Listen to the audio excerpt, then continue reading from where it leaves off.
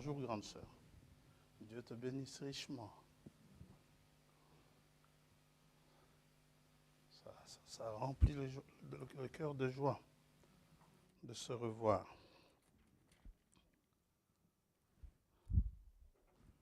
Bien. Pour ce jour, vous avez remarqué que quelque chose a changé ici devant, n'est-ce pas? Tu n'as pas remarqué? Ah bon, ok, ça va. Nous allons consacrer ce pupitre, n'est-ce pas, à l'usage comme ustensile sacré de cet endroit. C'est-à-dire qu'il ne quittera pas cet endroit, il restera là, il ne sera pas utilisé non plus pour que je vienne vous y raconter ma biographie ou que quelqu'un vienne y raconter sa biographie. Ici, s'il y a une biographie à raconter, c'est celle du Seigneur. Ça va? Nous allons prier pour cela. Les chaises qui sont là ont été consacrées également. C'est pourquoi ça ne sort pas. Il y a des chaises pour sortir qui sont en bas lorsque vous voulez en emprunter parce que vous recevez un grand nombre de personnes. Vous pouvez aller les chercher en bas avec la permission du frère Tombo qui s'en occupe. Tout ce que nous utilisons pour la prédication doit être utilisé pour la prédication de la parole. Même les micros ici. Parfois, j'oublie de l'enlever. Fabrice, il n'est pas là, je vais le cramer. Hein. Il n'est pas là. Quand je sors, il me poursuit. Hein. Il me poursuit, il me dit, mon micro. Moi, je dis, tu as raison. Ouais, c'est vrai, le micro ne doit pas sortir. Rien ne doit sortir tant que c'est consacré ici. Même les chœurs et cantiques, ça ne peut pas sortir. Il doit y en avoir peut-être pour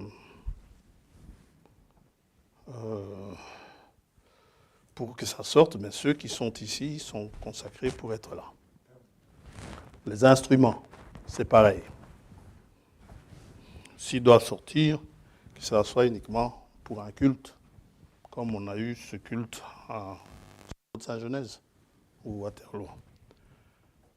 C'est tout. Et une fois le culte terminé, ça rentre à sa place. Pardon. Ça va? Nous allons prier pour cela. Que le Seigneur utilise, que le Seigneur lui-même veille sur ceux qui viendront se mettre derrière ici et qui veille à ce que seule sa parole soit apportée. Quand ça dévie, que celui qui dévie la parole de Dieu soit confus. Ça va? Allez, nous allons prier. Nous allons d'abord lire, excusez-moi, nous allons lire quand même. J'ai tenu à ce que ça se fasse aujourd'hui. Parce que quand Salomon a consacré le temple avec les ustensiles, il l'avait fait en présence de toute l'assemblée. Ça va? Verset 1, roi 8, verset 5. Le roi Salomon et toute l'assemblée d'Israël, convoqués auprès de lui, se tinrent devant l'arche. Ils sacrifièrent des brebis et des bœufs. Nous, aujourd'hui, nous avons notre louange, n'est-ce pas? Qui ne purent être ni comptés ni dénombrés à cause de leur multitude. Les sacrificateurs portèrent l'arche de l'alliance de l'Éternel à sa place. Ce n'est pas l'arche, ça, c'est juste un pupitre. Dans le sanctuaire de la maison, dans le lieu très saint, sous les ailes des chérubins. Car les chérubins avaient les ailes étendues sur la place de l'arche, et ils couvraient l'arche et ses barres par-dessus. Quand Salomon a convoqué toute l'assemblée, tout était fait selon les plans que lui avait remis David. Eh bien, quand l'œuvre a été achevée, on me dit, frère Branham, il dit, le temple était encore un temple vide. Mais quand Salomon a prié, quand il a consacré, quand il a dit que si c'est ta maison, lorsque quelqu'un se retrouvera loin et qui se tourne vers cette maison pour te demander de faire une prière, exauce-le du haut des cieux. C'est un roi 8. Vous pouvez toujours continuer à lire. Il dit, exauce-le du haut des cieux. Frère Branham dit, quand Salomon a terminé sa prière, c'est là que la gloire de l'Éternel est venue remplir le temple. Le temple n'étant plus vide, Dieu occupant sa place. Ça va? Aujourd'hui, sa place, telle qu'il nous l'a promis, sa place est au milieu de nous. Nous croyons qu'il est là et nous voulons faire les choses avec révérence. Nous allons prier. Père céleste, Dieu Tout-Puissant, Créateur des cieux et de la terre, tu as voulu sauver les hommes et les femmes par la folie de la prédication de l'Évangile. Et lorsque cet Évangile est apporté dans les églises, nous avons l'habitude d'utiliser un pupitre pour y déposer nos livres, pour y déposer les ustensiles, les objets dont nous avons besoin. Mais nous ne voulons pas mélanger l'usage de ces ustensiles avec les choses viles de ce monde. Nous voulons consacrer cela uniquement à l'usage de la prédication. Que celui qui aura le privilège de se tenir devant les enfants de Dieu pour leur apporter la parole, qu'il soit inspiré de ta part pour leur apporter la parole. Si quelqu'un vient y raconter autre chose, que tu le confondes du haut des cieux. Si quelqu'un parle de ta part, que tu l'utilises dans la puissance de la résurrection. Que tu bénisses cette chair, que tu bénisses les instruments, que tu bénisses, ô Dieu, les chaises, tout ce dont nous utilisons. Aujourd'hui, le sang qui a coulé à Golgotha a séché. Autrefois, toutes ces choses étaient sanctifiées, c'est-à-dire mises à part par l'aspersion du sang. Puisses-tu tout simplement y asperger ton sang, répandre le sang qui a coulé à Golgotha et qui soit désormais tous consacrés à l'usage de la prédication pour le salut des âmes que tu as rachetées. Nous te recommandons cela et te remercions pour les bien-aimés qui ont consacré leur temps pour fabriquer cela. Nous t'avons prié pour que tu les bénisses. Nous te le redemandons encore aujourd'hui, que tu les bénisses richement. Merci pour tout le temps qu'ils ont consacré. C'était pour ta gloire que nous puissions vraiment faire cela de telle manière que cela te soit agréable. Que chaque culte qui te sera rendu soit un culte agréable. Au nom de Jésus-Christ notre Seigneur, nous te remettons tout cela, le pupitre et tout entre tes mains. Au nom de Jésus-Christ notre Seigneur, nous t'avons prié. Amen.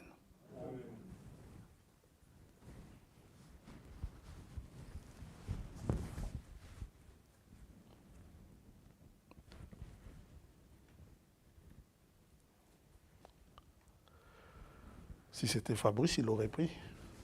Tu as eu peur. C'est pas Fabrice. Ouais. C'est vrai, ça fait un effet, l'arsène là-bas. Merci.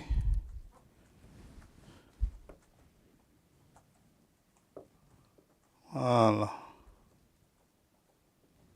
Eh bien, bienvenue, grande sœur. Encore une fois. Est-ce qu'il y en a qui sont nouveaux ici? On ne le demande plus depuis longtemps. Pas vraiment l'impression. Non. Alors, rien ne nous empêche de commencer. Ça va? Ah, au chantier, je vous entendais depuis le garage là-bas. J'ai dit, oula, ça se passe bien. Nous allons continuer notre sujet de dimanche passé. On va lire dans Luc 24. Versets 5 à 6, et nous allons encore prier avant.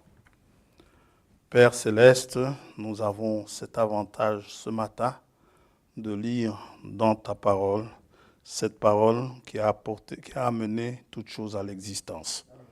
Nous te remercions de nous avoir permis de lire, non seulement lire, mais le contenu même est révélé au tien.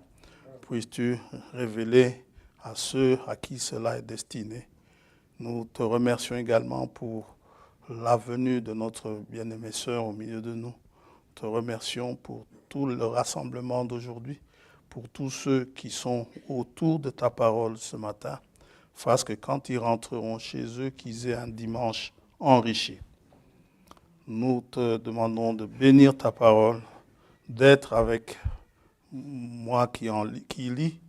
C'est vrai, j'ai appris à lire à l'école. Mais pour ce qui est de donner ce qui est réellement écrit, j'ai besoin de ton aide.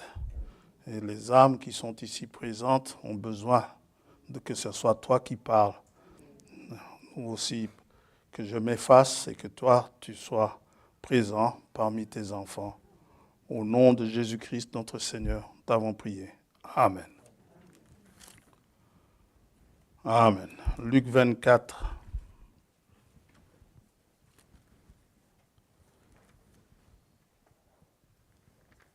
Le Seigneur est ressuscité.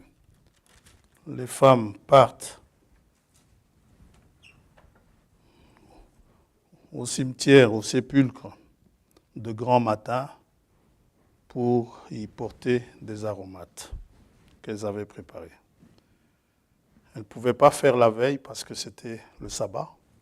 Ici, nous sommes le premier jour de la semaine. Luc 24. Le premier jour de la semaine, elles se rendirent au sépulcre de grand matin. C'était de grand matin. Quand elles sont arrivées, le Seigneur était déjà ressuscité. Il n'était plus là. Elles n'ont pas trouvé le Seigneur en train de ressusciter, portant les aromates qu'elles avaient préparés.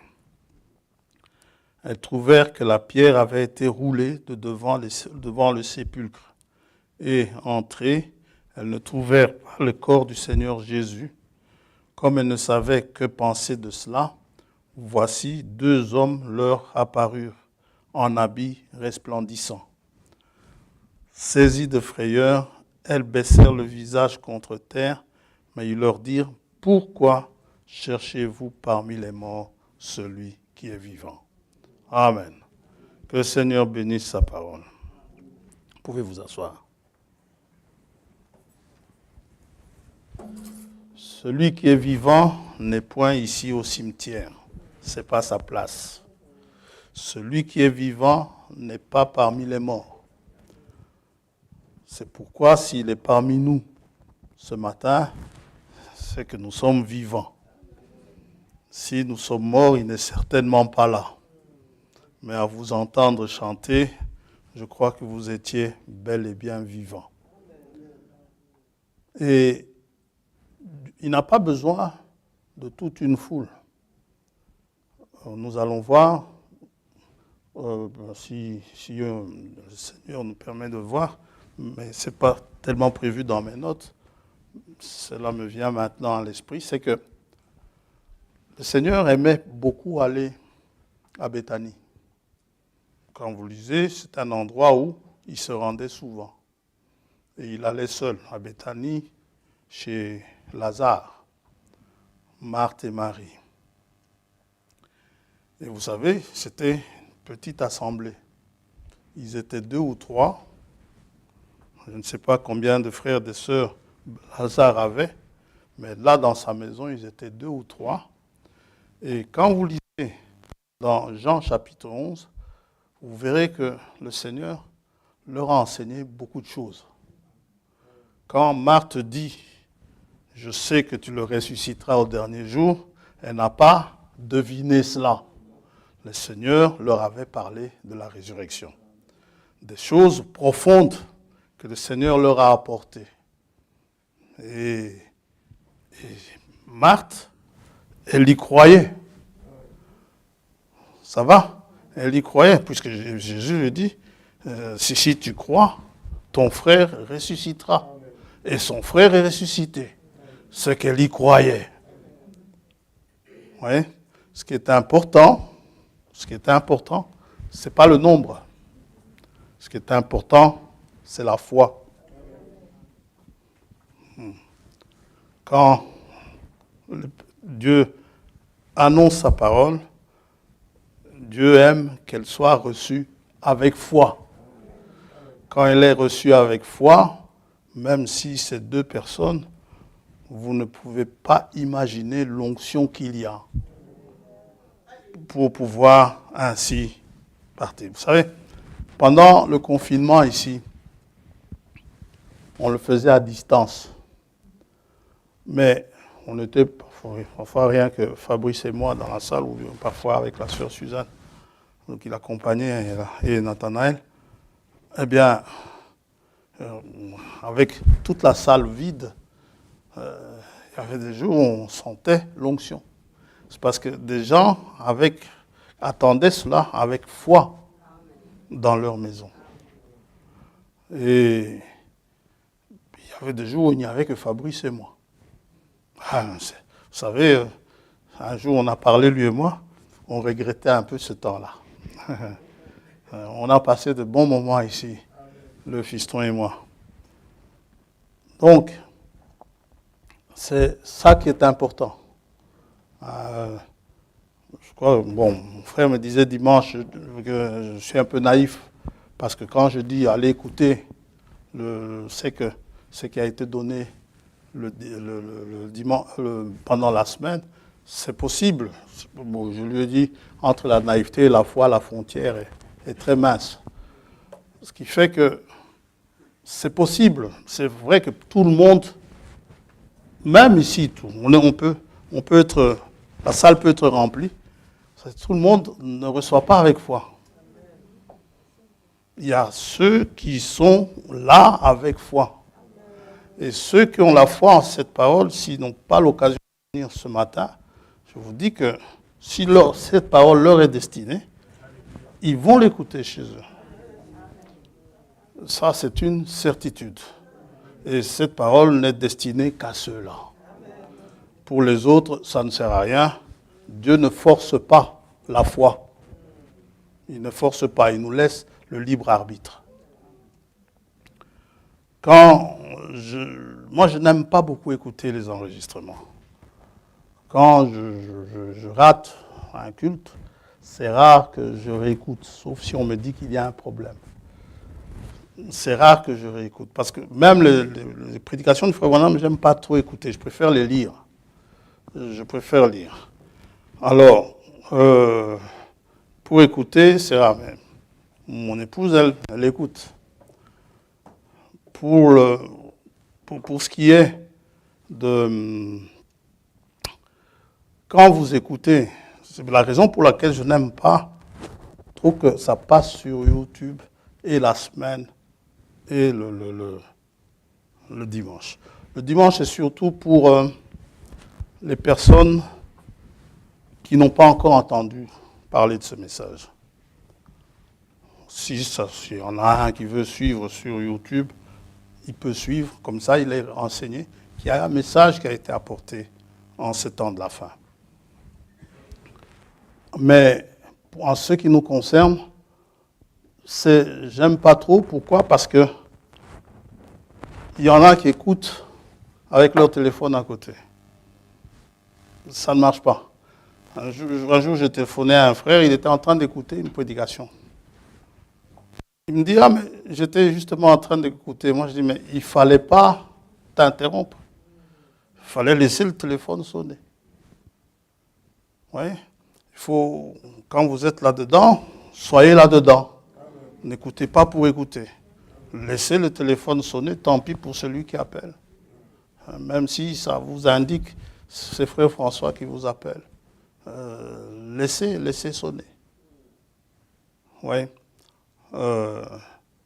Dieu sait. On frappe à la porte, ben, tant pis pour la personne, vous êtes absent. Vous n'êtes pas là. Combien de fois je n'ai pas téléphoné à des gens, je sais pas, surtout chez Frère Tombeau. On téléphonait à une certaine heure, personne ne répond. Et puis, quelques minutes plus tard, on vous appelle. On était en pleine prière. Mais c'est très bien. N'interrompez pas votre prière pour un coup de téléphone. Ça va? C'est très important. Celui qui est vivant n'est pas parmi les morts. C'est pourquoi le titre de dimanche passé, c'était « Le vivant parmi les vivants ». Il n'est pas parmi les morts. C'est vrai, il était mort à un moment donné. Mais maintenant, il est vivant au siècle des siècles. C'est lui qui le dit, ce n'est pas moi. Apocalypse chapitre 1er.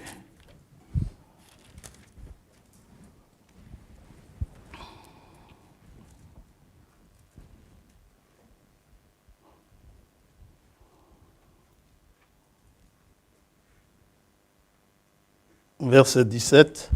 Quand je le vis, je tombai à ses pieds comme mort. Il posa sur moi sa main droite en disant, ne crains point. Je suis le premier et le dernier et le vivant. J'étais mort et voici, je suis vivant au siècle des siècles. Je tiens les clés de la mort et du séjour des morts. Donc, il était mort, mais maintenant il est vivant. Il est le ressuscité. Il est le premier et le dernier, comme Yahweh l'était, n'est-ce pas? Non, vous pouvez lire dans Ésaïe 44, je crois, verset 6, où Yahweh, l'Éternel, dit « Je suis le premier et le dernier. » Il est l'alpha et l'oméga. Verset 8, Apocalypse 1er, « Je suis l'alpha et l'oméga, dit le Seigneur Dieu, celui qui est, qui était et qui vient, le Tout-Puissant. » Donc, et il nous dit, pendant son ministère terrestre, que Dieu, l'Éternel, il est le Dieu des vivants. Il n'est pas le Dieu des morts. Matthieu 22.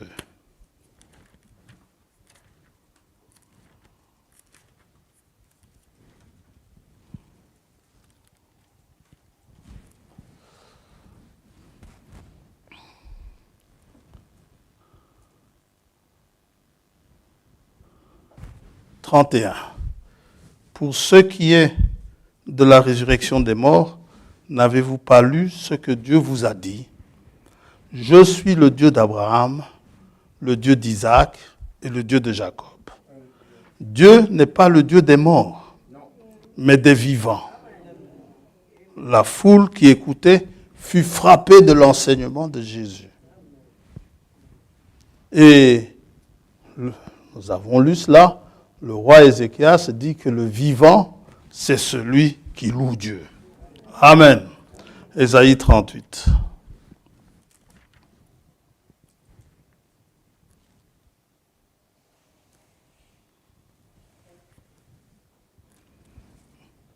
Verset 16. Seigneur, c'est par tes bontés qu'on jouit de la vie. Amen. C'est par elles, ces bontés, que je respire encore. Si je respire encore maintenant, c'est parce que Dieu m'a manifesté ses bontés. Tu me rétablis. Amen. Si j'étais pas bien, il me rétablit. Tu me rends à la vie. Vous savez, dans notre âge ici, comme disait la grande sœur, et je suis content qu'elle soit là, nous sommes devenus des ailles et des houilles, des trucs comme ça. Une fois, j'ai téléphoné au Congo, ma belle-sœur me dit, mais tu vois, à notre âge, il y a des jours où vous êtes bien au moment d'aller au lit. Le matin, quand vous vous réveillez avec des ailles et des houilles. Ou alors, il y a des jours où vous dormez avec des ailles et des houilles. Le matin, vous vous réveillez bien. Donc, vous voyez, c'est comme ça. Avec l'âge, c'est comme ça. Mais, si je suis rétabli, c'est Dieu qui me rend la vie. Voici, mes souffrances même sont devenues mon salut. Et non pas mon sujet de plainte. Tu as pris plaisir à retirer mon âme de la fosse de la destruction, car tu as jeté derrière toi tous mes péchés. Gloire à Dieu. Ce n'est pas le séjour des morts qui te loue. Non. Ce n'est pas la mort qui te célèbre. Non plus. Ceux qui sont descendus dans la fosse n'espèrent plus en ta fidélité. Le vivant, c'est celui-là qui te loue. Comme moi, aujourd'hui, le Père fait connaître à ses enfants ta fidélité. L'Éternel m'a sauvé. Nous ferons résonner les cordes. Dites amen à ça. C'est la louange, ça. Nous ferons résonner les cordes de nos instruments tous les jours de notre vie. C'est-à-dire, si nous sommes vivants avec lui, si nous sommes dans l'éternité avec lui, eh bien, tous les jours de notre vie, ce sera donc pendant toute l'éternité. Ça ne s'arrêtera pas. Ce sera toujours la louange et la louange dans la maison de l'Éternel. Et vous savez quoi? Après avoir fait une telle prière, Ésaïe avait dit qu'on apporte une masse de figues et qu'on les étende sur l'ulcère. Et Ézéchias vivra. Ce passage, c'est un merveilleux passage. Frère Wanam en fait souvent référence quand il dit qu'une prière a changé la décision de Dieu. Amen. Parce que la première décision, c'était verset 1er. En ce temps-là, Ézéchias fut malade à la mort. Le prophète Ésaïe, fils d'Amoz, vint auprès de lui et lui dit, « Ainsi parle l'Éternel. Donne tes ordres à ta maison parce que tu vas partir, car tu vas mourir et tu ne vivras plus. » C'était un ainsi dit le Seigneur. Mais sa prière a changé un ainsi dit le Seigneur. Et Abraham dit, Dieu ne pouvait pas envoyer un autre prophète qu'Ésaïe. Sinon, Ésaïe allait être pris pour un faux prophète. Et c'était Ésaïe qui devait rentrer lui dire cela. Amen. Ta prière a été entendue, tu ne mourras pas. Maintenant, si c'est le vivant qui le loue, celui qui est vivant, lorsqu'il arrive aux eaux amères, aux eaux de Mara, qu'est-ce qu'il fait? Il le loue. Quand ils sont arrivés aux eaux de Mara, en quittant l'Égypte, le premier à arriver aux eaux de Mara, c'était Juda. Parce que Juda était toujours en avant-garde. Donc, un vivant, quand il arrive aux eaux amères, qu'est-ce qu'il fait? Il le loue. Il arrive au rocher d'Horeb, il le loue. Il a soif, il a faim, il le loue. Amen. Si vous trouvez des géants sur votre chemin, ou qui vous empêchent de prendre possession de votre promesse, louez Dieu. Nous ne nous lamentons pas. Nous ne nous plaignons pas, comme Josué et Caleb. Josué et Caleb, malgré les géants, ils ne se sont pas lamentés. Ils ont dit, le pays est à nous, prenons-le. Et ils sont entrés en Canaan. L'entrée en Canaan, vous savez, Paul nous dit que toutes ces complaintes-là, aux eaux de Mara, à Horeb, la faim, la soif et toutes ces choses, Paul parle de rébellion. Paul nous dit que ces complaintes, ces lamentations là dans le désert, c'était juste un problème de foi. Oui, c'était un problème de foi. Hébreux chapitre 3.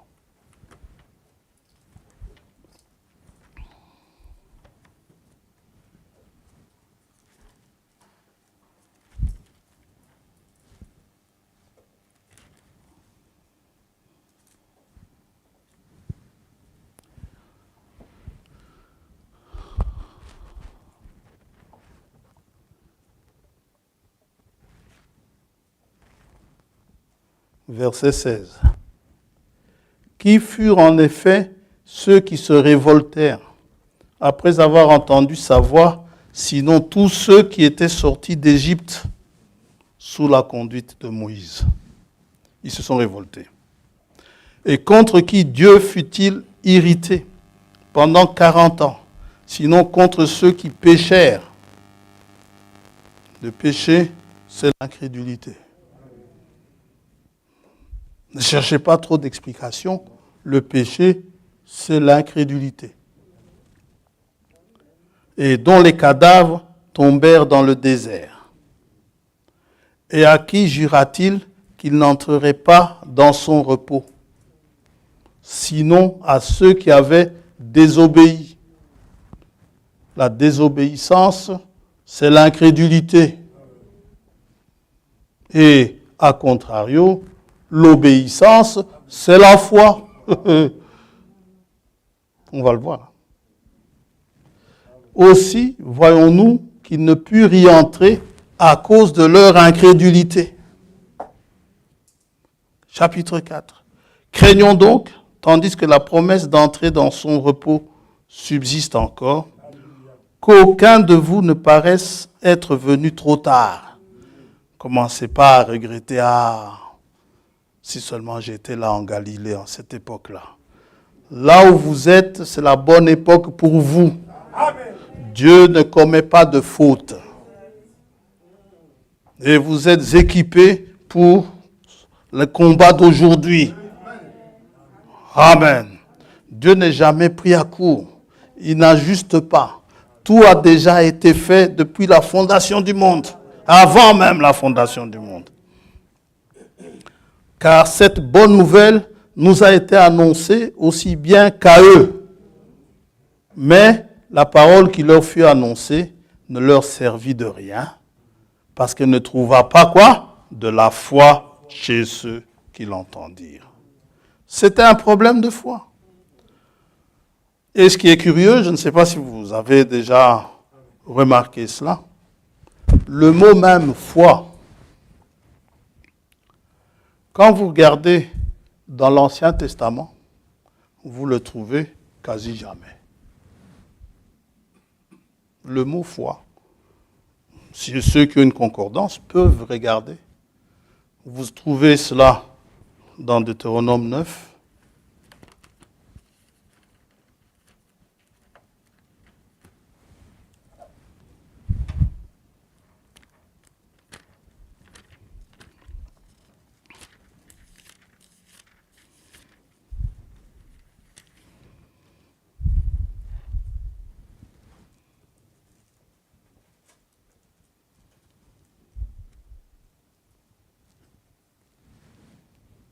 Deutéronome 9. Ouais. Je n'ai pas noté le passage. Je sais que c'est dans Deutéronome 9, verset... juste un verset.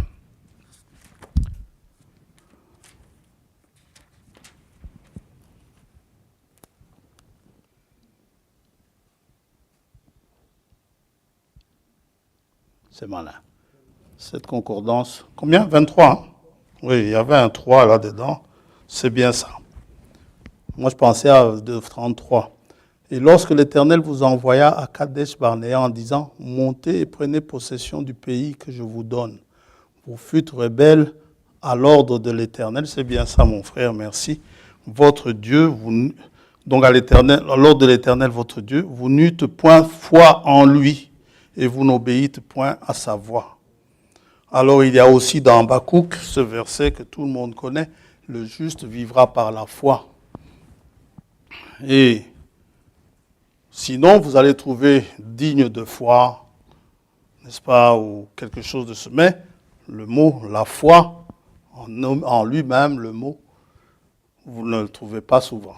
C'est surtout dans le Nouveau Testament.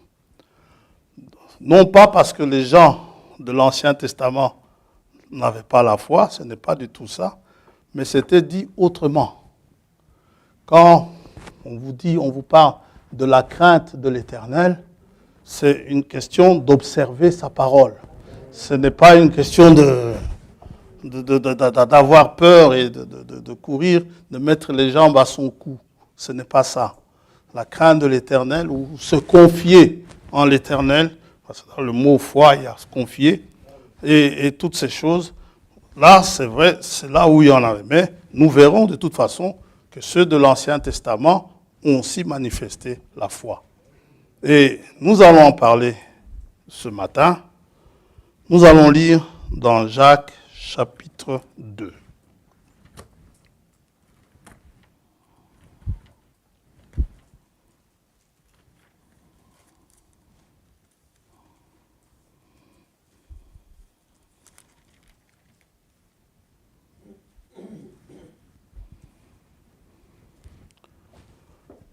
Verset 14. Mes frères, que sert-il à quelqu'un de dire qu'il a la foi s'il n'a pas les œuvres? Cette foi peut-elle le sauver? Si un frère ou une sœur sont nus et manquent de la nourriture de chaque jour, et que l'un d'entre vous leur dise « Allez en paix, chauffez-vous et rassasiez-vous », et que vous ne leur donnez pas ce qui est nécessaire au corps, à quoi cela sert-il? Ça va? On en revient à la libéralité, qui est un sacrifice agréable à Dieu. Et n'oublions pas que Abel, c'est par la foi qu'il a offert un meilleur sacrifice que Caïn. Il en est ainsi de la foi. Si elle n'a pas les œuvres, elle est morte en elle-même. Mais quelqu'un dira, toi, tu as la foi et moi j'ai les œuvres. Montre-moi ta foi sans les œuvres et moi je te montrerai la foi par mes œuvres. Tu crois qu'il y a un seul Dieu? Tu fais bien. Les démons le croient aussi et ils tremblent. Vous savez, le serpent n'est pas venu dire à Ève, Dieu n'existe pas. Il lui a dit, Dieu a-t-il réellement dit?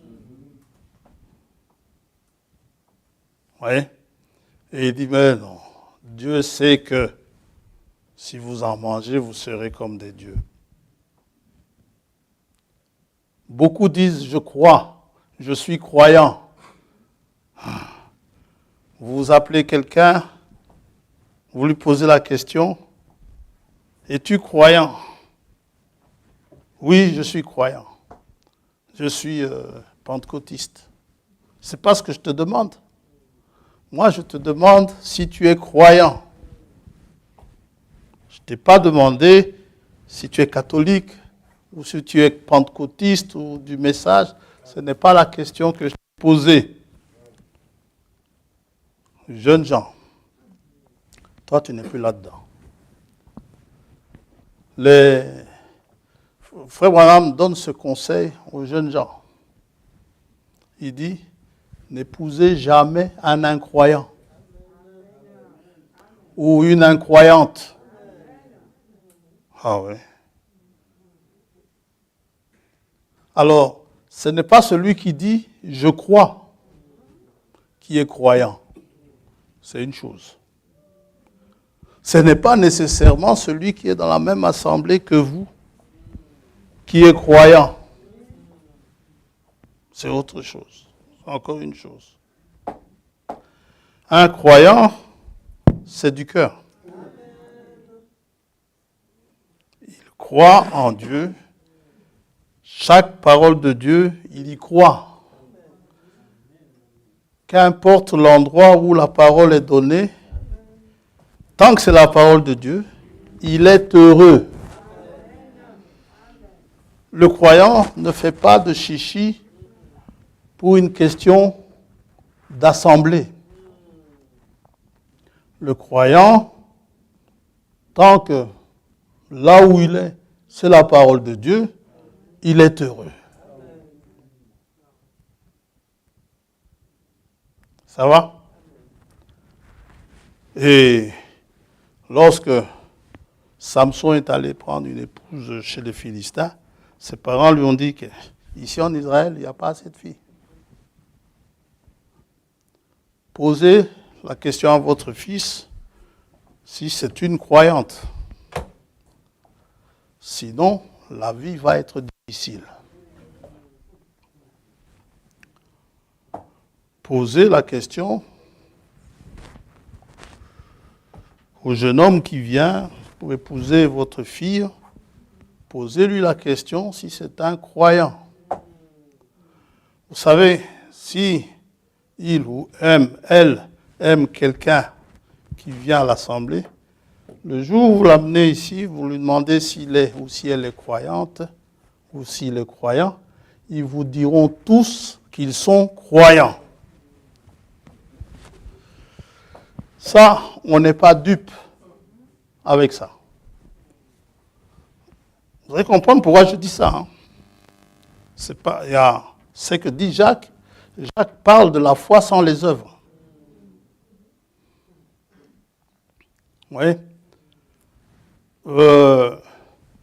Quand vous leur demandez, oh oui, il est croyant, elle est croyante. Alors, la phrase qu'on donne souvent, il m'a même demandé une Bible. Ça ne veut rien dire. Satan, il lit la Bible. Surtout cette histoire-là, il m'a même demandé une Bible. C'est pas une œuvre suffisante, ça. Bon, je parle beaucoup. Où est-ce que je me suis arrêté? Verset 18, nous allons lire verset 19. Tu crois qu'il y a un seul Dieu, tu fais bien, les démons le croient aussi, et ils tremblent. Veux-tu savoir, ô homme vain, que la foi sans les œuvres est inutile? C'est pas moi qui le dis, hein? C'est Jacques. Abraham, notre père, ne fut-il pas justifié par les œuvres lorsqu'il offrit son fils Isaac sur l'autel? Tu vois que la foi agissait avec ses œuvres et que par les œuvres, la foi fut rendue parfaite. Ah, la foi parfaite, la foi parfaite. Oui. Beaucoup parlent de la foi parfaite. C'est celle dont le prophète a parlé. Oui, c'est vrai. Vous dites à cette montagne, va te jeter là. Ok, c'est vrai. C'est la foi parfaite. Mais ici, Jacques nous le dit en mots simples. Il dit ceci. Il dit, la foi agissait avec ses œuvres. Et par les œuvres, la foi est rendue parfaite. Elle est rendue parfaite par les œuvres. Ainsi s'accomplit ce que dit l'Écriture, Abraham crut à Dieu, et cela lui fut imputé à justice, et il fut appelé ami de Dieu. Vous voyez que l'homme est justifié par les œuvres, et non par la foi seulement.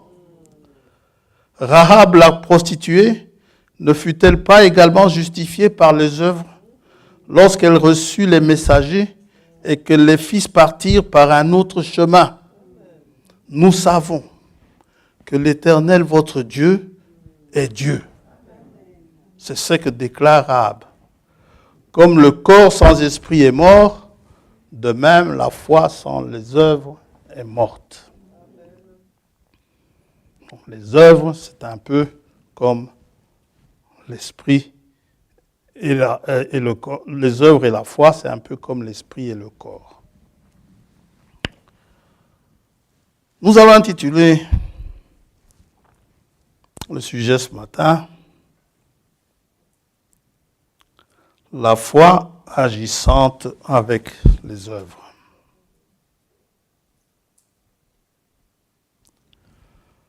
La foi agissante avec les œuvres, Frère Branham parle d'une foi vivante. Foi vivante. Normalement, c'est le titre que je voulais donner. Une foi vivante.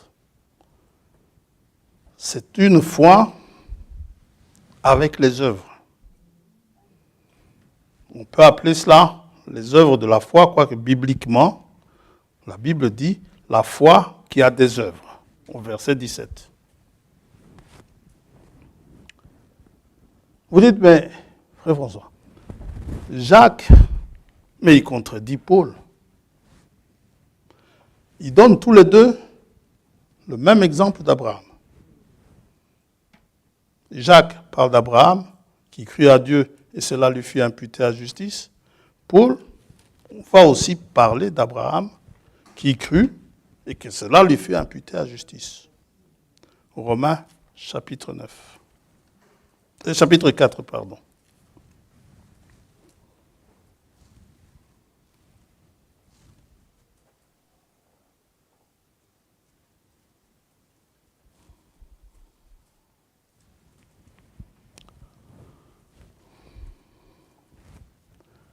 Que dirons-nous donc qu'Abraham, notre père selon la chair, a obtenu?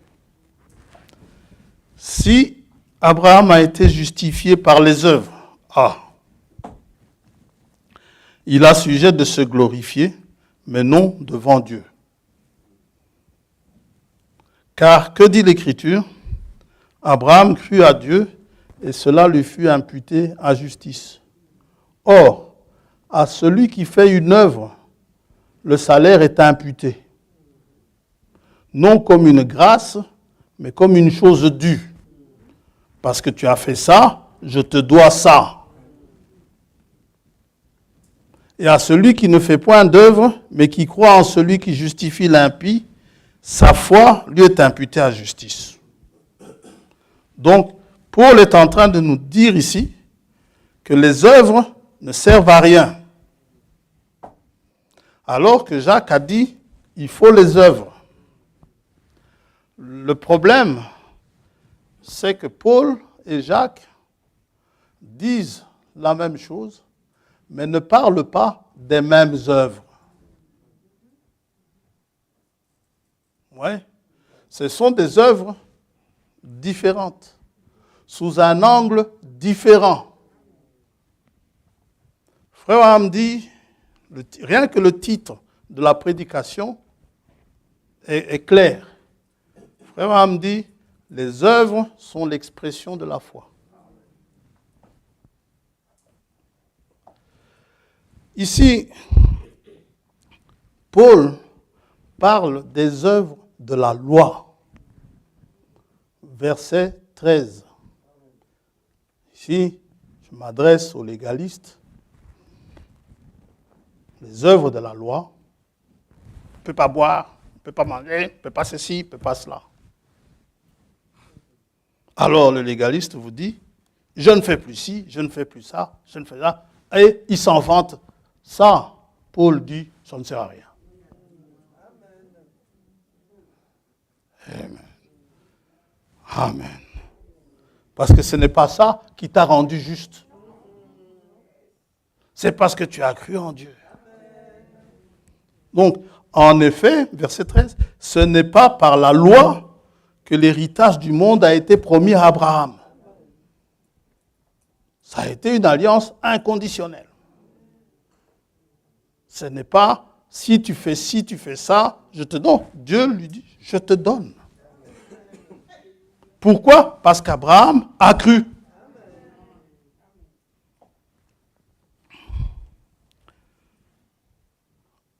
Ou à sa postérité, premier Abraham ou à sa postérité, mais c'est par la justice de la foi. C'est la foi qui a rendu Abraham juste. Car si les héritiers le sont par la loi, la foi est vaine.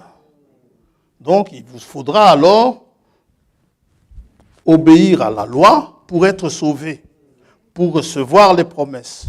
Mais il ne s'agit pas de la loi. Ce n'est pas parce que vous ne mentez plus, ce n'est pas parce que vous ne volez plus, que vous ne convoitez plus. Ce n'est pas à cause de ça que vous êtes juste devant Dieu. Paul dit aux Galates que celui qui vient avec la loi, qui vive toute la loi. Hein. Qui est celui qui est arrivé à vivre toute la loi? De lui-même. Car si les héritiers, si vous êtes héritier, le sont par la loi, la foi est vaine et la promesse est annulée. Parce que vous n'arrivez pas à vivre selon la loi. Car la loi produit la colère, et là où il n'y a point de loi, il n'y a point non plus de transgression.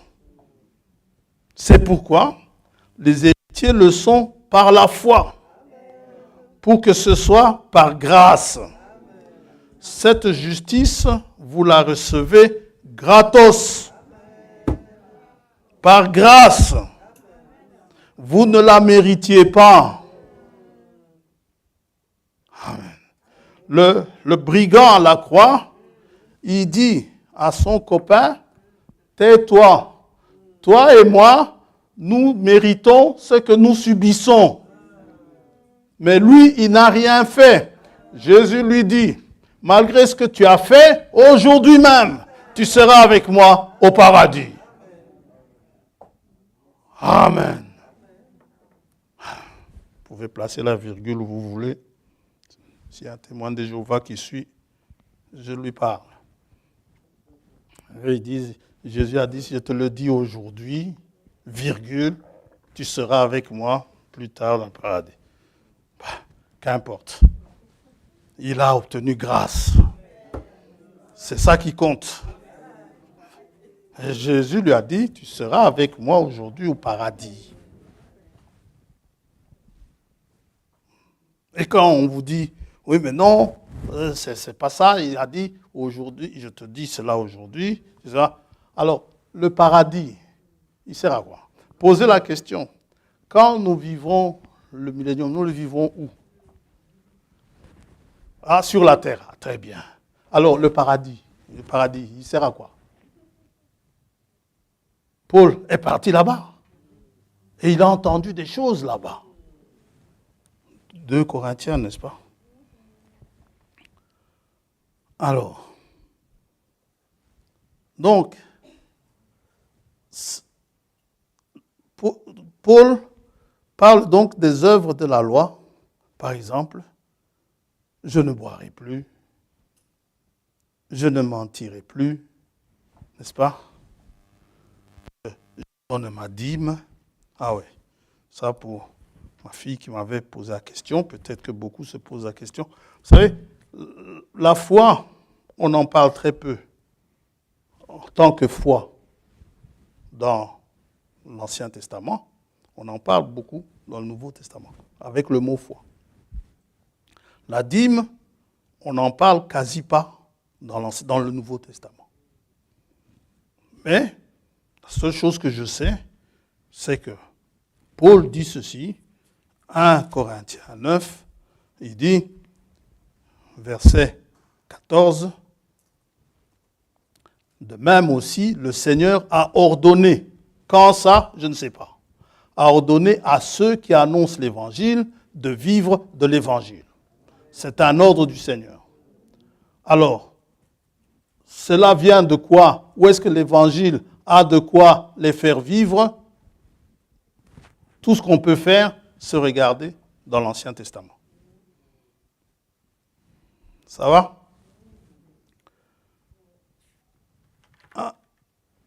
La foi,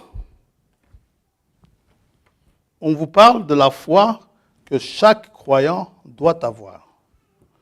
Je ne vous parle pas d'un Corinthiens 12, du don de la foi, où il est question, n'est-ce pas, d'un ministère à exercer, n'est-ce pas? 1 Corinthiens 12, verset 4. Il y a diversité de dons, mais le même esprit, diversité de ministères, mais le même Seigneur, diversité d'opérations, mais le même Dieu qui opère tout en tous. Or, à chacun, la manifestation de l'Esprit est donnée pour l'utilité commune. En effet, à l'un, ça va?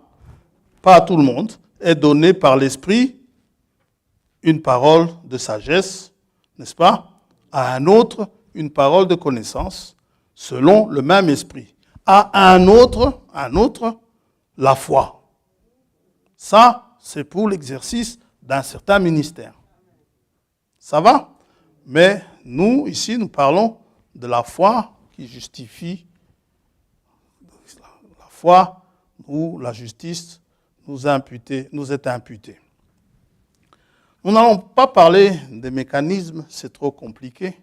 Restons simples dans l'Évangile. Ça va? Essayons d'imiter le Seigneur. Le Seigneur était simple. Et pourtant, il enseignait des choses profondes. Alors, le Seigneur, on va regarder comment est-ce que le Seigneur parle de la foi. Comment lui voit la foi chez quelqu'un. Est-ce qu'il voit la foi chez quelqu'un parce que la personne lui dit « oui, je crois » ou bien par autre chose? Marc, chapitre 2.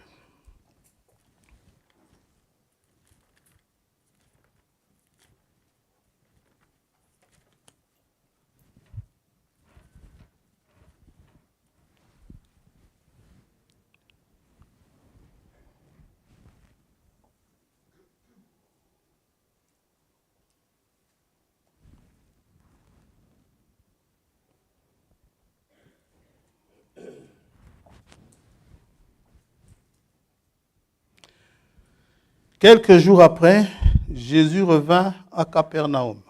On a lu cela dimanche passé. On apprit qu'il était à la maison.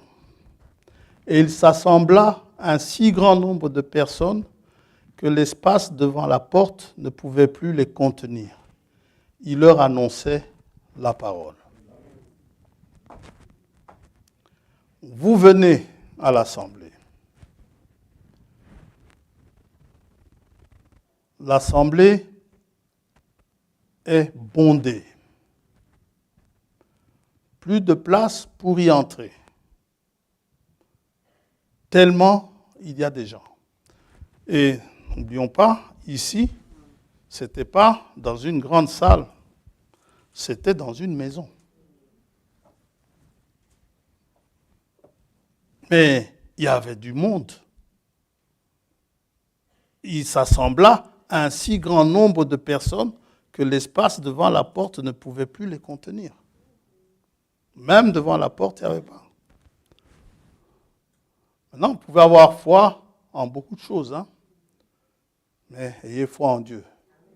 Vous savez, j'étais au Maroc le vendredi, même ici, pour ceux qui... Il y a une mosquée à Jette. Ici, ça ne se voit pas. Mais à Berkem, pardon. La mosquée à Berkem, elle est souvent remplie. Toute une rue est bloquée parce qu'il n'y a pas assez de place, que ce soit en été ou en hiver. Et ils sont là dehors. Au Maroc, ils sont dans la rue également. Et c'est à peine si vous osez passer entre eux. Parce qu'ils n'ont pas eu de place à l'intérieur. Mais ils sont déterminés à faire leur prière. c'est fou, c'est que quand c'est pour les faux dieux, il y a du monde. C'est bizarre. C'est Satan qui fait ça. Parce que le troupeau du Seigneur, c'est un petit troupeau. Où vous allez à Éphèse, la grande assemblée d'Éphèse, vous avez une dizaine de personnes. Et quand on vous en parle des Éphésiens, là, vous pensez qu'il s'agit d'une grande masse de gens, comme après la Pentecôte. Non. Ils n'étaient pas si nombreux que ça. Vous allez à la rue de Firlan, il y a plein de chaises vides. Surtout la semaine. Le dimanche, il y a comme parfois, pas toujours, hein, parfois, comme un devoir dominical. Ce dimanche, je dois y aller. C'est bien, mais ce n'est pas ça que le Seigneur recherche. Et vous pensez que les personnes écoutent, il y en a qui ne sont même pas là. Quand est-ce que frère François va terminer? On regarde l'heure, c'est humain. Et même, parmi ceux qui ont la foi, vous savez, il y a une chose qui est difficile, c'est de pouvoir rester concentré du début à la fin sur une prédication qu'on vous a. Il y a toujours des moments où on peut s'évader, ça peut arriver. Il y a une chose en ce qui me concerne, je n'aime pas trop parler de moi, mais c'est juste pour vous dire, peut-être ça arrive à d'autres. Je ne peux pas lire, quand on lit un passage, je n'aime pas trop lire dans ma Bible, je préfère écouter. Parce que quand je le suis dans la Bible, 9 fois sur 10, je ne m'arrête pas là où le prédicateur s'arrête. Je continue la lecture. Alors, quand je continue la lecture, le prédicateur est à un autre point. Vous voyez? Alors, souvent, je préfère écouter. Mais là, il faut rester attentif. Maintenant, si ce n'est pas votre cas, ce n'est pas un exemple, je donne, ce sont des choses qui peuvent arriver. Ou alors, je ne continue pas la lecture, mais je vois autre chose juste à côté. Et me voilà lancé maintenant dans cette autre chose pendant qu'on est en train de prêcher. Oui. Alors, des gens, verset 3, des gens vinrent à lui amenant un paralytique porté par 4 hommes. Oui. 4 hommes qui viennent, il n'y a déjà pas de place pour un homme. Mais 4 qui viennent avec un lit. Et une personne, une 5e personne, étendue sur le lit. Ils viennent et ils veulent entrer. Ils trouvent toute une foule devant la porte.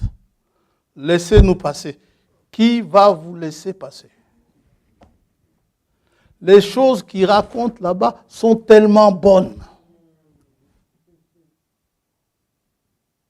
Tu es arrivé en retard. C'est le prix du retard. Amen. Et ils n'ont pas prévu ça.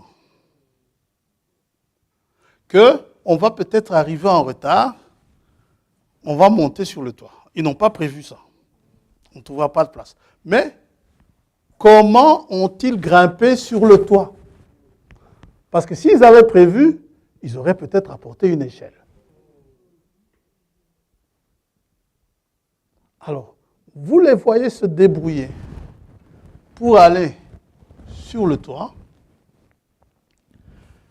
Qu'est-ce que vous voyez à ce moment-là? Vous voyez peut-être des fous, qui essayent, entre guillemets, l'impossible, des gens irraisonnables qu'on essaye de raisonner. Mes frères, revenez une autre fois. Il sera là, demain il sera là. Venez demain à la première heure. Nous, on le veut maintenant. Pas demain. Maintenant. Et il monte sur le toit. Vous voyez des gens monter sur votre toit, le propriétaire de la maison. Et vous allez me casser mon toit. J'ai déjà assez de factures comme ça. Mais non, ils viennent avec leurs fidèles. Ils arrivent, ce pauvre malade, ce paralytique, ils arrivent à le hisser sur le toit.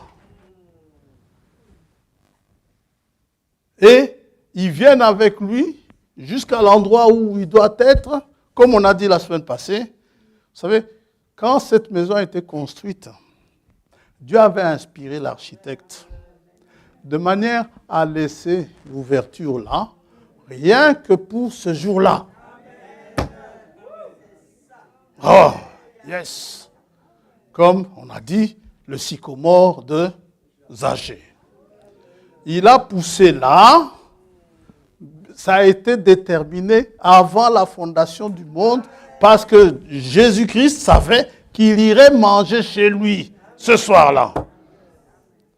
Et que Zachée, si Jésus-Christ allait sonner chez Zachée, Zachée allait être absent.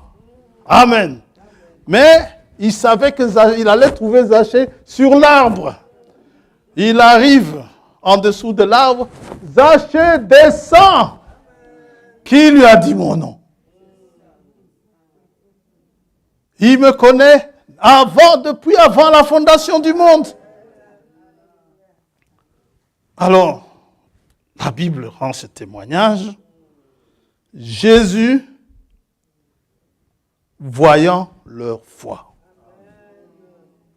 Il voit la foi. Pendant que nous, on peut voir quelque chose d'irraisonnable. Pendant que nous, on peut voir quelque chose de fou. Mais Jésus voit la foi. Qu'est-ce qui montre la foi? Leur œuvre qu'ils viennent d'accomplir, la manière, leur persévérance, on va dire ces gens-là sont persévérants. Jésus lui voit la foi. Il dit ces gens-là, ils ont la foi. Yes. Oh, j'aime ce cri, ma soeur. Vous voyez ça? Donc, c'est à ça que Dieu regarde. Quand vous dites vous croyez, vous vous comportez comment? Amen. S'ils n'avaient pas la foi, ils n'auraient pas agi comme ça. Ils auraient dit, bon ben, on reviendra une autre fois. Mais ce jour-là, c'était leur jour à eux. Où ils devaient absolument amener leur malade. Jésus, voyant leur foi, dit au paralytique, mon enfant, tes péchés sont pardonnés. Imputé à justice. Il est justifié.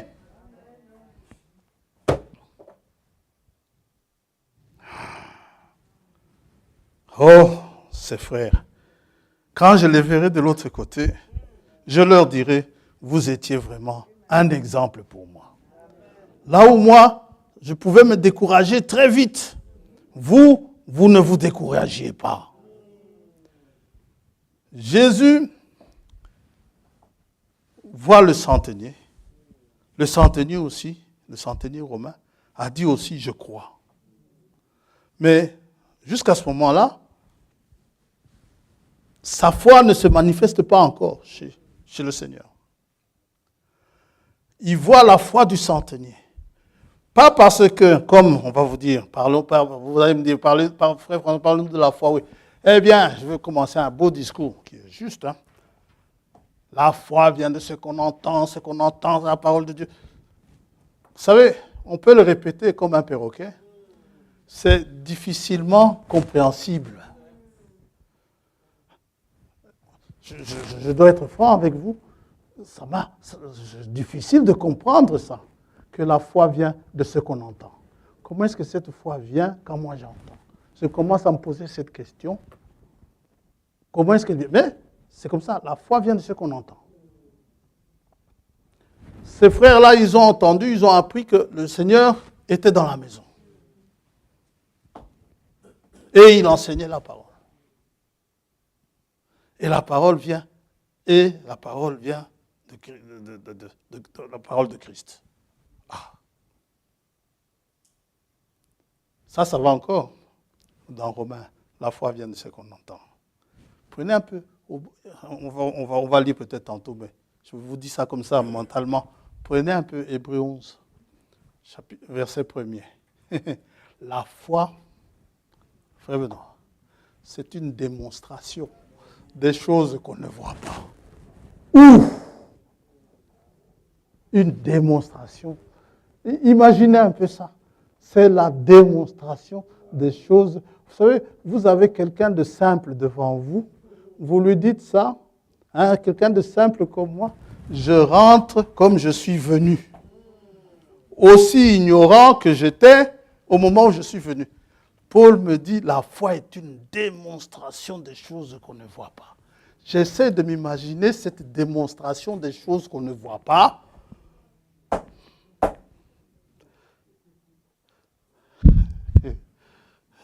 Amen. Gloire à Dieu.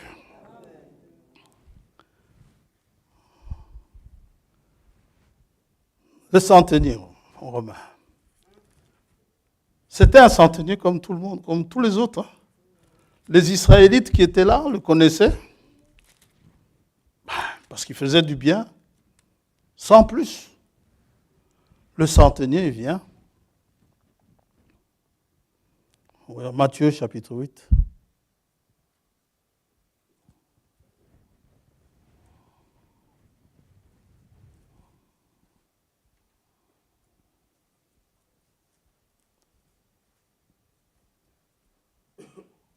Verset, on peut commencer par le lépreux à partir du verset 1er. Lorsque Jésus fut descendu de la montagne, une grande foule le suivit. Et voici un lépreux s'étant approché, se prosterna devant lui. Imaginez un peu cet homme qui n'avait rien pour plaire, méprisé des hommes, suivi par une foule. Déjà, ceux qui travaillaient à la synagogue comme Jairus, on leur a dit, pas question de suivre cet imposteur. Mais ce lépreux, à qui on a refusé de se mêler aux gens, parce que les lépreux devaient se tenir à distance, ne pouvaient pas s'approcher des gens, parce que c'était un peu leur confinement, n'est-ce pas? C'est très contagieux. Alors, malgré qu'il était lépreux, il risquait d'abord qu'on le chasse à coups de bâton pour ne pas le toucher, mais il vient se prosterner devant le Seigneur, devant toute cette foule qui était là. Il dit au Seigneur, si tu le veux, c'est une question de volonté. Ce n'est pas une question de capacité. Tu es capable. La question c'est si tu le veux.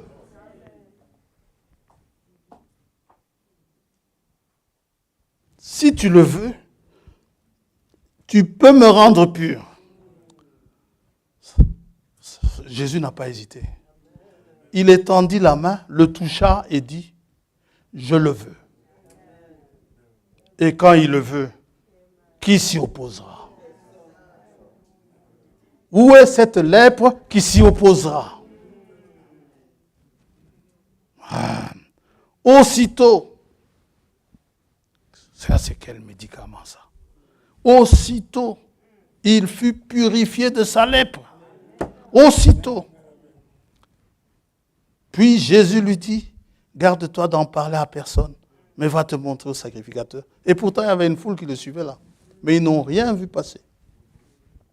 Mais va te montrer au sacrificateur et présente l'offrande que Moïse a prescrite, afin que cela leur serve de témoignage. Comme Jésus entrait dans Capernaum, un centenier l'aborda, le priant et disant, « Seigneur, mon serviteur est couché à la maison, atteint de paralysie et souffrant beaucoup. » Jésus lui dit, « J'irai et je le guérirai. » Le centenier répondit, « Seigneur, je ne suis pas digne que tu entres sous mon toit. Mais dis seulement un mot. Un. Pas deux, un.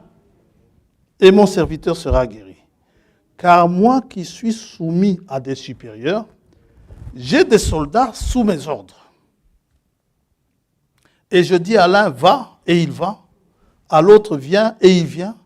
Et à mon serviteur, fais cela, et il le fait. » Après l'avoir entendu, Jésus fut dans l'étonnement.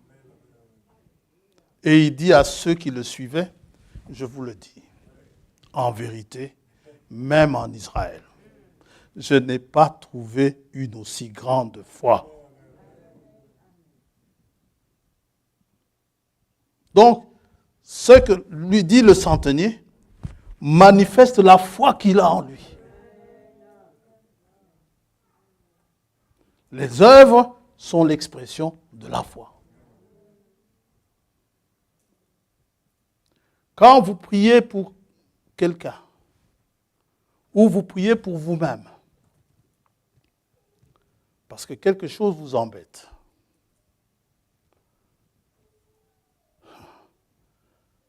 à peine vous avez terminé votre prière,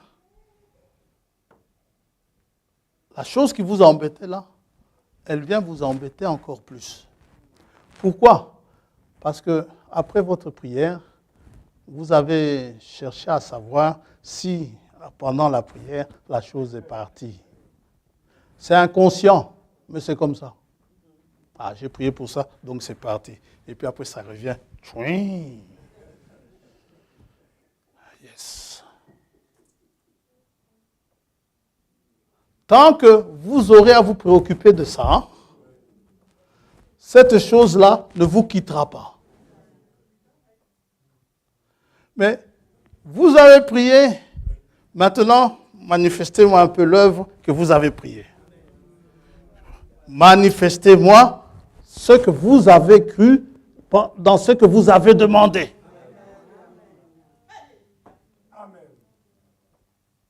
Que ça fasse mal ou que ça ne fasse plus mal, ça, ce n'est plus votre problème.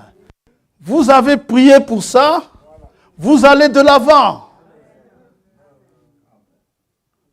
L'apôtre dit, rendez grâce, rendez continuellement grâce à Dieu.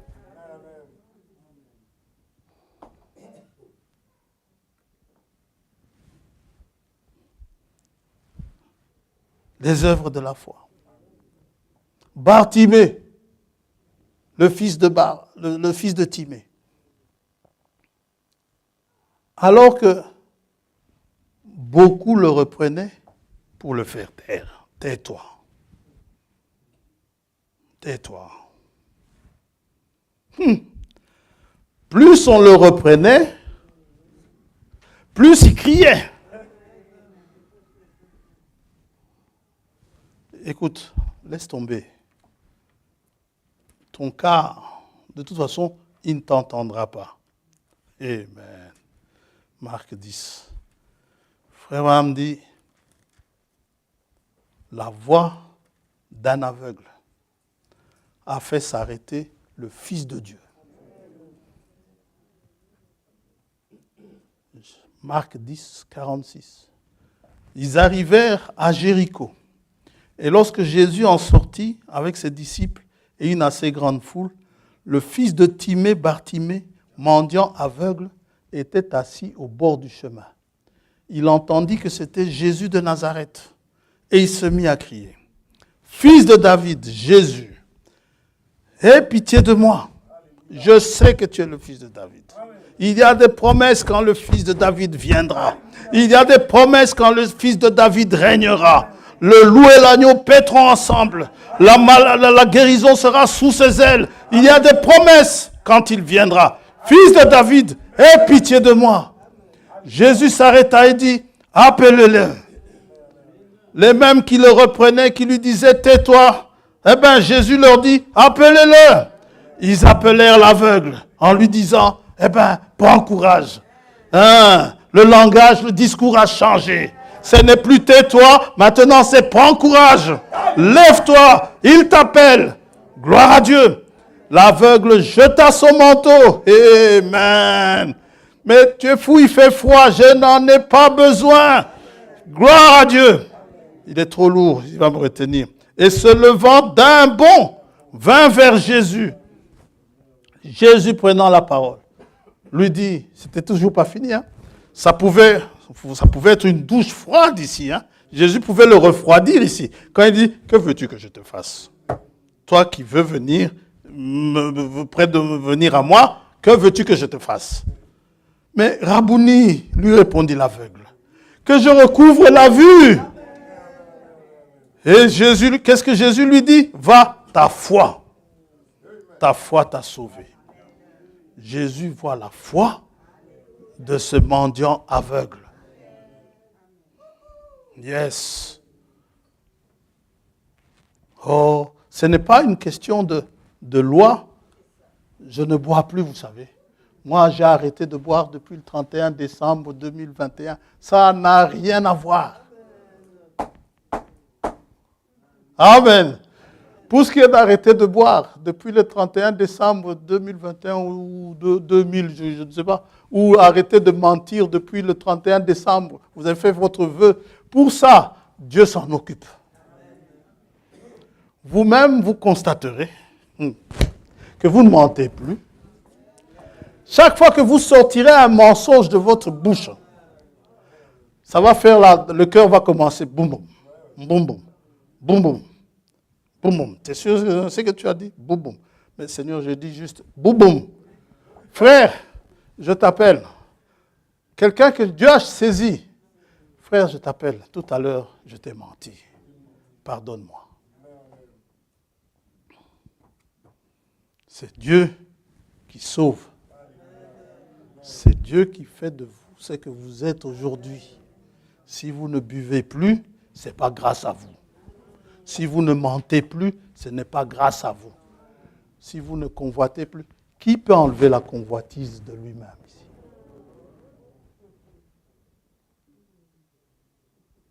C'est dans la loi, hein? Vous ne convoiterez pas. Bon, à partir d'aujourd'hui, j'ai décidé de ne plus convoiter. Une fois, j'ai même entendu dire, moi, j'ai cru que, pour moi, je n'avais plus qu'à attendre l'enlèvement. Tu n'avais plus qu'à attendre l'enlèvement. Mais il a été surpris. Pour lui, il croyait que ces choses-là, c'était terminé. Amen. Et de vous-même comme ça. Non, non, monsieur.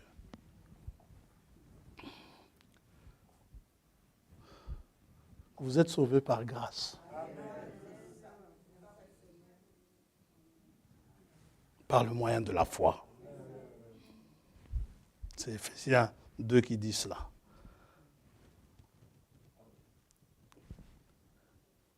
Jairus, on lui a dit carrément, n'importune plus le maître. Ta fille est morte. C'est fini. Jésus le regarde et lui, ne les écoute pas. Crois seulement. Vous savez, le jour où le bébé est ressuscité au Mexique, ce jour-là, il a plu très fort pendant la journée. Et le frère devait prêcher dans un stade non couvert. La foule attendait sous la pluie. Le frère a regardé dehors, il a vu cette pluie tomber. Il a dit, c'est celui qui devait venir le chercher, son guide. Il appelait toujours mañana, ça veut dire demain en espagnol. Parce qu'il était toujours en retard. Alors, mañana était en retard. Et le frère a regardé dehors et a dit, je crois, il n'y aura pas beaucoup de monde aujourd'hui. Il enlève sa veste. Il dit, il n'y aura pas réunion aujourd'hui, excusez-moi. C'était un prétexte pour que j'enlève la mienne.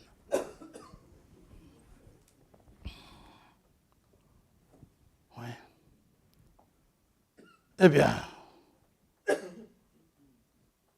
le frère est resté sur sa chaise, là, et puis on frappe à la porte de sa chambre. Oh, tu n'es pas prêt? Il dit, mais tu as vu la pluie? Il dit, mais les gens t'attendent là-bas. Cette maman, avec son bébé mort, était là sous la pluie depuis le matin. En attendant, le frère a vite enfilé sa veste et ils sont partis sous une pluie battante. Et puis Dieu a arrêté la pluie. Mais quelle réunion c'était!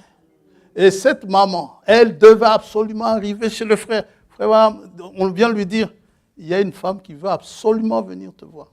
Elle dit au frère, je ne sais plus comment, c'était quel frère, il lui dit, écoute, elle ne sait pas très bien qui je suis, toi, vas-y, va prier pour elle. Il n'y a pas de problème. La femme voulait, frère Branham. Le frère là a voulu aller, quand il a voulu aller pour prier pour elle, le frère a eu une vision. Il a eu la vision où il voit cette femme avec ce bébé. Le frère lui dit, frère, arrête. Je viens d'avoir une vision. Et la femme est arrivée. Oh, ce bébé mort a commencé à se réchauffer pendant la prière. Dieu est grand. Les œuvres de la foi. Cette femme, si elle n'avait pas la foi, elle se serait découragée depuis le matin. Depuis le matin. Ou lorsque les médecins lui ont dit, c'est terminé. Mais elle a dit, ce n'est pas fini.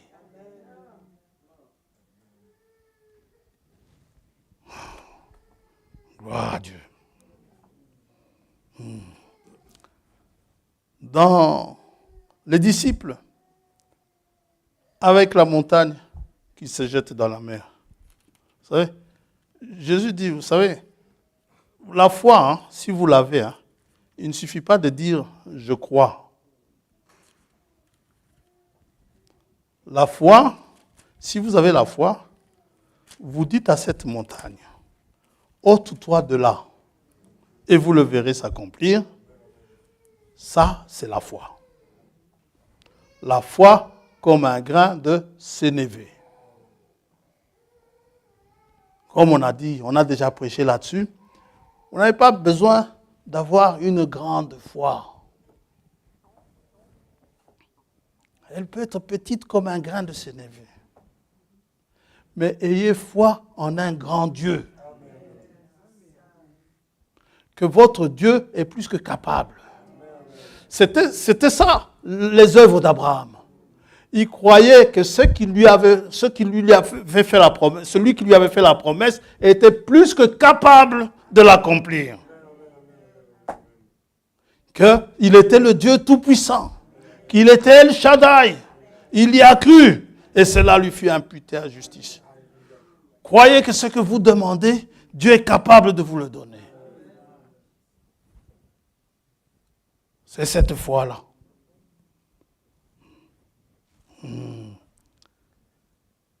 Oh là là. Les actions de grâce. On va terminer. C'est aussi une expression de la foi. Je suis étonné. Lorsque, je vous dis comme ça, vous savez, ce n'est pas obligatoire. Celui qui veut, vient. Je dois vous avouer qu'au début, je me disais, je serai seul ici. Mais je suis étonné de voir ces gens qui viennent. Ils ne viennent pas pour moi. Hein. Ils viennent dire merci à Dieu. Parce que toujours dans la vie, nous avons de quoi lui dire merci. Par ses bontés, nous respirons. Ils ont du temps de dire. Là où j'étais étonné, c'était un mercredi. Le matin, action de grâce, on était là. Foule. Le soir, les mêmes étaient encore là. Ça, quand vous voyez ça, vous dites, mais non. Vous sentez la responsabilité que vous avez.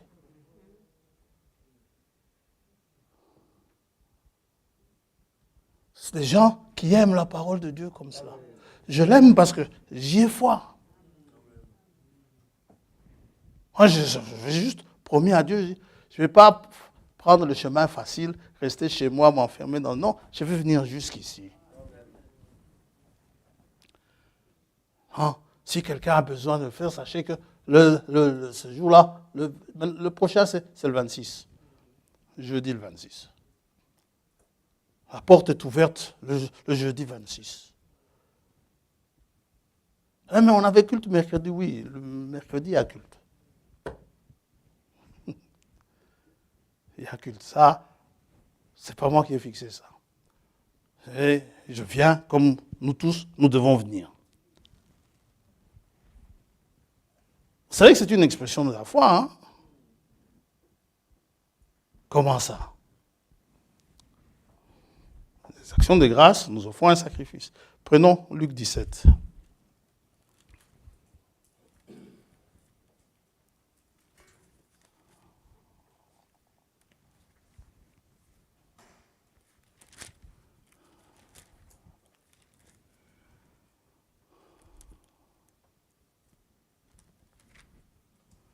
Verset 11. Jésus, se rendant à Jérusalem, passait entre la Samarie et la Galilée. Comme il entrait dans un village, 10 lépreux vinrent à sa rencontre. Se tenant en distance, ils élevèrent la voix et dirent, « Jésus, Maître, aie pitié de nous. » Dès qu'il les eut vus, il leur dit, « Allez vous montrer au sacrificateur. » Et pendant qu'ils y allaient, il arriva qu'ils furent guéris. Dans des rassemblements comme cela, la foi d'une seule personne peut travailler pour tout le monde. L'un d'eux, se voyant guéri, revint sur ses pas, glorifiant Dieu à haute voix. Il tomba sur sa face aux pieds de Jésus et lui rendit grâce. Dites amen à ça. C'était un Samaritain. Qu'importe qui vous êtes, Dieu ne fait pas de différence. Jésus, prenant la parole, dit, « Les 10 n'ont-ils pas été guéris? Et les 9 autres, où sont-ils » Quand je vous dis que la foi d'un seul, ça peut suffire pour tout le monde, regardez ces 3 rois qui vont en guerre. Parmi les 3, dont il y avait Akab, il y avait Josaphat, le troisième, j'ai oublié le nom. Le roi d'Édom. Oui, ils étaient 3. Alors, quand Élisée est venu, pendant qu'ils avaient des problèmes, Élisée les a regardés et a dit, vous savez, si je suis venu, hein, je suis venu juste pour lui, pour Josaphat. Et comme il est venu pour Josaphat, eh bien, tous les 3 ont été tirés d'affaire. Oui. Si Josaphat n'était pas au milieu d'eux, ils allaient passer un mauvais quart d'heure.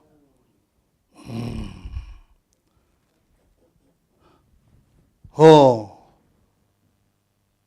Quand mon frère Flavien vient, il prêche ici, il fait un appel au baptême. Ma fille qui se lève publiquement, c'est une expression de la foi. Quelqu'un qui vous dit que je crois, j'ai la foi, mais je ne suis pas encore prêt pour me faire baptiser. Il y a un problème de foi. Parce que celui qui croira et qui sera baptisé, celui-là sera sauvé. Ça va ensemble. Donc, au lieu de le dire par la bouche, tu le dis par un acte que tu crois. Et cet acte, c'est le baptême. Tu exprimes au monde entier que tu es croyant. Jean-Baptiste, il baptisait publiquement. Hein. Donc, vous étiez visible. Parfait. Il pouvait y avoir des moqueurs, comme dans la rivière de l'Ohio. Il y avait des moqueurs. Mais qu'il y ait des moqueurs ou pas, Dieu prend note de cela. Alors, c'est cette foi-là qui compte. Jacques dit, la foi sans les œuvres, elle est inutile. Juste proclamer que vous avez la foi, c'est inutile. Paul dit, maintenant, quand vous dites je crois, depuis lors, je ne mens plus, je ne vole plus, je ne fais plus ceci, ça aussi, c'est inutile. Les œuvres de la foi montrent combien vous vous attendez à la manifestation de la parole de Dieu. Combien vous attendez à Dieu lui-même. C'est une foi vivante. S'il n'y a pas d'œuvre, c'est une foi morte. Et ces œuvres sont des œuvres spéciales, particulières. Vous savez, quand quelqu'un vole et qui vous dit qu'il est chrétien, ce sont de mauvaises œuvres. Il n'est pas chrétien. Ces œuvres montrent qu'il ne l'est pas. Dites amen à ça. Quand quelqu'un s'habille indécemment et qui vous dit qu'il est croyant, il ne l'est pas. Il y a un problème de foi. Quelqu'un qui a la foi, il est décent dans son habillement. Il est décent dans son comportement. Il est décent par son parler. Pierre, qui avait cru en Christ, il ne pouvait pas cacher ça. Alors qu'il avait envie de le cacher dans la cour du souverain sacrificateur, il avait envie de le cacher, mais son comportement l'a trahi. D'abord, il nie une première fois, la servante ne dit rien. Et puis, il se fait prendre encore une deuxième fois. La servante le redit. Dit, toi, tu étais avec lui. Mais non, femme, qu'est-ce que tu as comme ça à me harceler? Amen. C'était comme un harcèlement. Et puis la femme, elle se tait. Et puis, Pierre, il se fait encore prendre. Amen. Et la femme revient à la charge. Cette femme-là, c'est Dieu qui l'a mise là. Parce que Dieu avait prophétisé, avant que le coq ne chante, tu m'auras renié 3 fois. Et le coq, peut-être qu'après la première fois, il a voulu chanter. Et son pote lui dit, non, non, non, non, ce n'est pas encore le moment. Il reste encore 2 fois. À ce moment-là, le coq a su chanter. Hein. Il était là, rien que pour ça. Amen. Ah, ce coq est dans la Bible, mon Dieu. Je ne sais pas si quelqu'un l'a mangé, ce coq, mais il est dans la Bible. Ce coq, il s'est levé pour... Donc, ils battent souvent les ailes avant de faire leur cocorico. Paf, paf, paf, paf. La poule, non, ce n'est pas le moment. Je viens d'écouter, il n'a juste nié qu'une fois. La voix de Pierre arrivait jusqu'au poulailler. Je traîne là-dessus parce que j'ai fini, hein. Vous en faites pas. La voix de Pierre est arrivée jusqu'au poulailler. Il y a une fois. Ah, ça y est, ça fait 2 fois. Alors je peux... Non, attends, encore une fois. Est-ce que tu crois qu'il y aura une deuxième fois? Il y aura une troisième fois? Si le maître a dit que ce sera 3 fois, il y aura une troisième fois. Amen. Parce que le coq dit, mais non, peut-être qu'il va se rendre compte. Non. Ne t'en fais pas. Dieu ne fait jamais d'erreur. Maintenant, les coqs sont en train de se prêcher entre eux. Amen. Les poulets sont en train de se prêcher entre eux. Et donc, il dit, ne t'en fais pas. Notre Dieu, notre Créateur, ne fait pas de faute. Il a dit 3 fois, ce sera 3 fois. Amen. Oh, mais je vois le soleil commence à poindre. Il y aura 3 fois, ne t'en fais pas. Et puis la 3e fois est arrivée. Cocorico. Ah, ça y est. Non, la 3e fois est arrivée. Alors, maintenant tu peux. Cocorico. Quand le cocorico là est parti directement dans le cœur de Pierre. Directement, comme une flèche. Et les yeux se sont croisés. Ce sont les mêmes yeux que vous croisez quand vous venez de commettre une bêtise. Vous croisez ces yeux-là dans le spirituel et vous êtes malade. Pourquoi? Vous venez de pécher.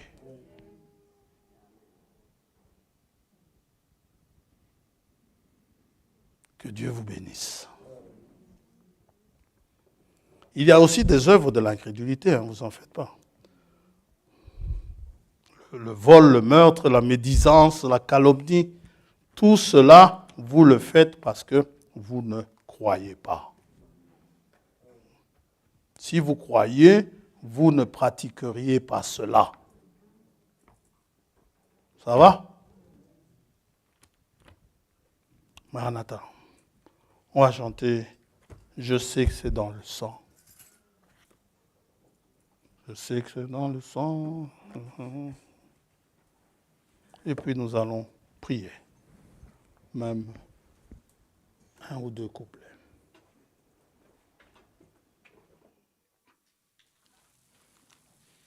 Je sais que c'est le sang. Je sais que c'est le sang. Je sais que c'est le sang pour moi. Lorsque j'étais perdu, à la croix il mourut. Je sais que c'est le sang pour moi. 58. Et son sang est la vie, et son sang est la vie, et son sang est la vie pour moi. Depuis l'éternité, l'agneau fut immolé, et son sang est la vie pour moi.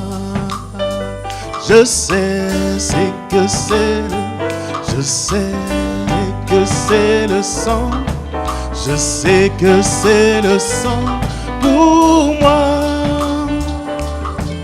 Lorsque j'étais perdu, à la croix il mourut.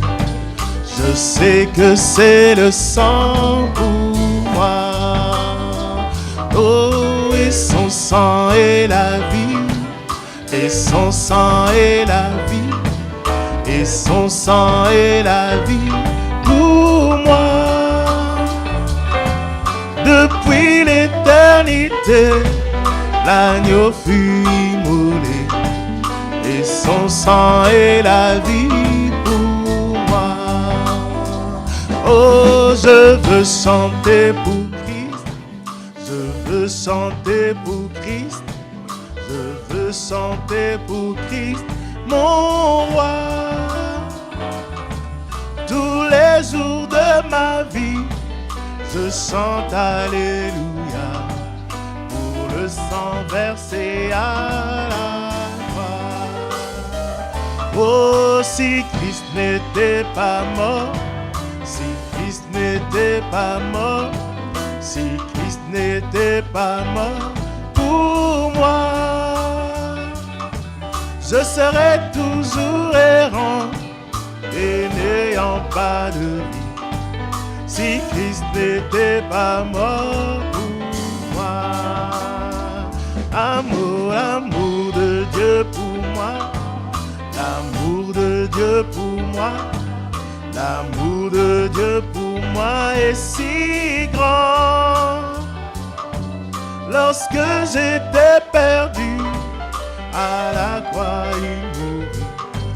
L'amour de Dieu pour moi est si grand. L'amour de Dieu pour moi, l'amour de Dieu pour moi est si grand.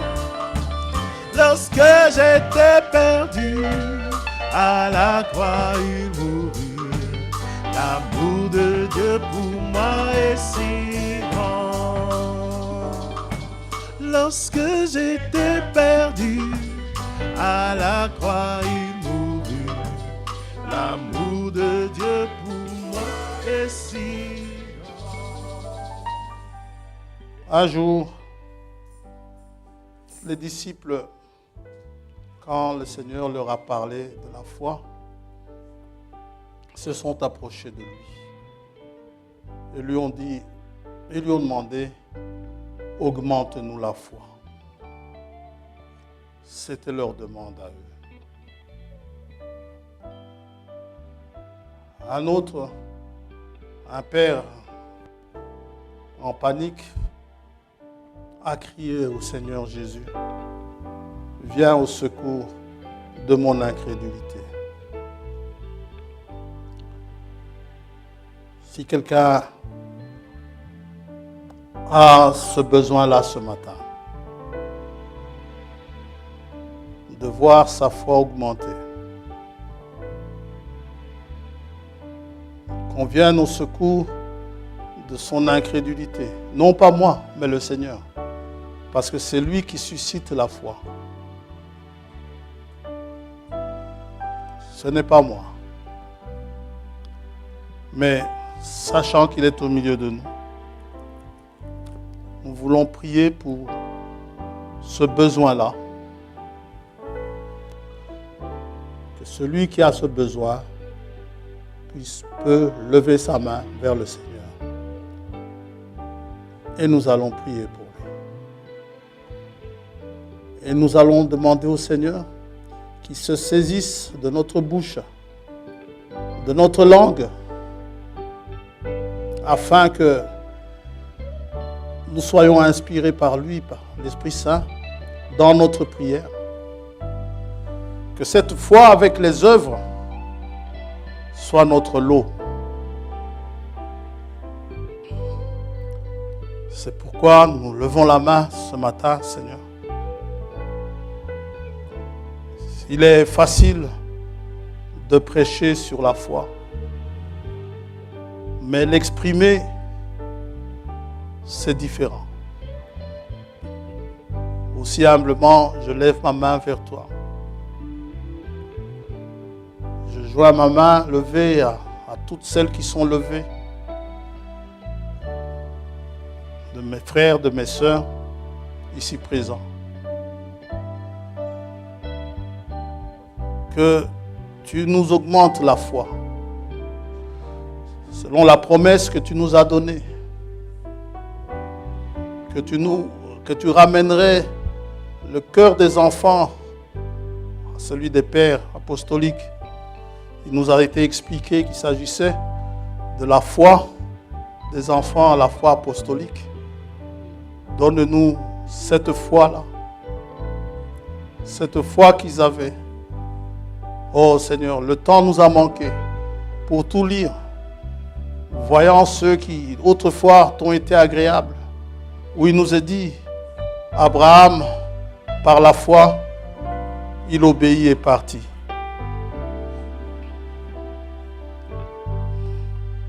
Les enfants d'Israël, par la foi, ont quitté l'Égypte. La foi a manifesté leur départ de l'Égypte. Leur départ de l'Égypte a manifesté leur foi. Oh Dieu, Des royaumes ont été vaincus par la foi. Les œuvres de la foi, les œuvres ont manifesté la foi qu'ils avaient. Ils ont vaincu des lions et toutes ces choses. Et lorsque nous regardons à notre foi aujourd'hui, surtout en ce qui me concerne, c'est moi le premier, je trouve que ma foi est manquante, Père. Augmente-la, moi. Donne-moi, à mes frères et à mes sœurs ici présents, la foi qu'avaient ceux d'autrefois.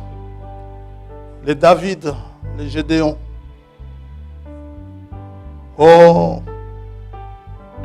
les Abraham, Isaac, Jacob, Moïse. C'est vrai, ils ont trébuché par moments, mais ils avaient cette foi qui a été exprimée par les œuvres qu'ils ont accomplies. Sois béni, Seigneur. Accorde à tes enfants ce qu'ils te demandent ce matin, afin que lorsque Jésus viendra, lorsque le Fils de l'homme viendra, qu'il puisse trouver cette foi sur la terre, au milieu de tes enfants, ici, à la rue de Firlan, ailleurs où ta parole est apportée. Oh Seigneur, que le Seigneur puisse trouver la foi dont il se posait la question, trouvera-t-il encore la foi sur la terre? Sois-nous miséricordieux pour nos péchés. Et entends nos prières, Seigneur.